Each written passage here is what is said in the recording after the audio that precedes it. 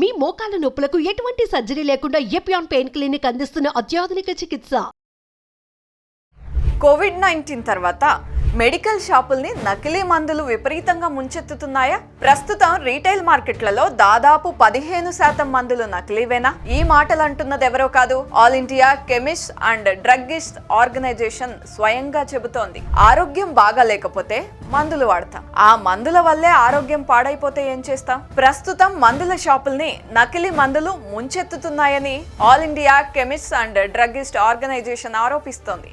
కొన్ని ఫార్మా కంపెనీలు ఉత్పత్తి చేసిన 63 రకాల మందులు సరైన క్వాలిటీతో లేవని ఈ మధ్య కేంద్ర ప్రభుత్వ సంస్థ సెంట్రల్ డ్రగ్స్ స్టాండర్డ్ కంట్రోల్ విభాగం ప్రకటించింది. అలాగే ఢిల్లీలో భారీగా నకిలీ క్యాన్సర్ మెడిసిన్స్ ను తయారు చేస్తున్న ముఠాని పోలీసులు అరెస్ట్ చేశారు.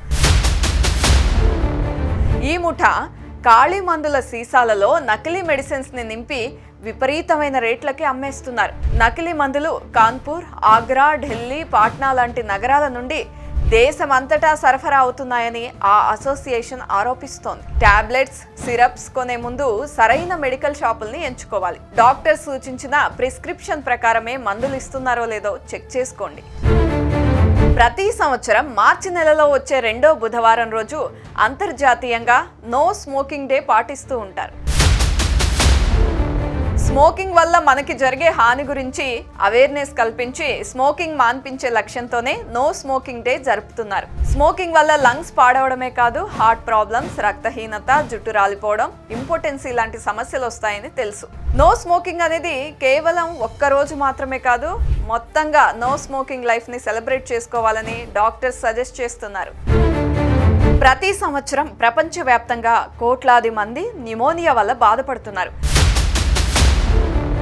ఈ సంఖ్య ఇప్పుడు క్రమంగా పెరుగుతోంది. ముఖ్యంగా ఎక్కువ పిల్లలు న్యూమోనియా బారిన పడే అవకాశాలు పెరుగుతూ ఉన్నాయని ఒక రీసెర్చ్ లో తేలింది. దాదాపుగా 300 రకాల బ్యాక్టీరియాలు, వైరస్ల వల్ల న్యూమోనియా సోకే అవకాశాలు ఉంటాయట. న్యూమోనియా సోకిన పేషెంట్స్ లో లంగ్స్ లో ఫ్లమ్ పట్టేసి శ్వాస సమస్యలు, దగ్గు, గొంతు పట్టేయడం ఇటువంటి సిమ్టమ్స్ అన్ని కనిపిస్తాయి. లంగ్స్ లో కఫం చేరడం వల్ల శరీరానికి ఆక్సిజన్ సరిగ్గా చేరకుండా అది అడ్డుపడి హెల్త్ ప్రాబ్లమ్స్ ను క్రియేట్ చేస్తుంది. కాబట్టి న్యూమోనియా సిమ్టమ్స్ కనుక మీ పిల్లల్లో కనిపిస్తే వెంటనే జాగ్రత్త పడాలంటున్నారు డాక్టర్లు.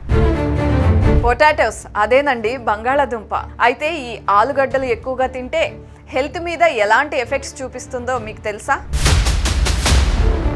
ఈ ఆలుగడ్డల్లో కార్బోహైడ్రేట్స్ ఇంకా క్యాలరీస్ ఎక్కువగా ఉంటాయి. అందుకే వాటిని ఎక్కువగా తింటే శరీరంలో కొవ్వు పేరుకుంటుంది, ఇంకా బరువు కూడా పెరిగిపోతాం. ఈ దుంపల్లో గ్లైకమిక్ ఇండెక్స్ ఎక్కువ ఉండడం వల్ల బ్లడ్ షుగర్ ఒక్కసారిగా పెరుగుతుందట. దానివల్ల డయాబెటీస్ రిస్క్ ఎక్కువగా ఉంటుంది. ఫ్రై చేసిన పొటాటోస్ తినడం వల్ల కొలెస్ట్రాల్ లెవెల్స్ పెరిగి హార్ట్ ప్రాబ్లమ్స్ కూడా వచ్చే ప్రమాదం ఉంటుంది. వీటిలో స్టార్చ్ ఇంకా ఫైబర్ కంటెంట్ ఎక్కువగా ఉండడం వల్ల ఒకవేళ ఎక్కువగా తింటే గ్యాస్ కూడా ఫామ్ అవుతుంది. కాబట్టి ప్రోటీన్, ఐరన్, కాల్షియం లాంటివి ఇవి తినడం వల్ల శరీరానికి అందవు. పైగా ఆలుగడ్డల్లో సోడియం శాతం కూడా చాలా ఎక్కువ. అందువల్ల హార్ట్ స్ట్రోక్ వచ్చే రిస్క్ ను కూడా ఇది పెంచుతుంది.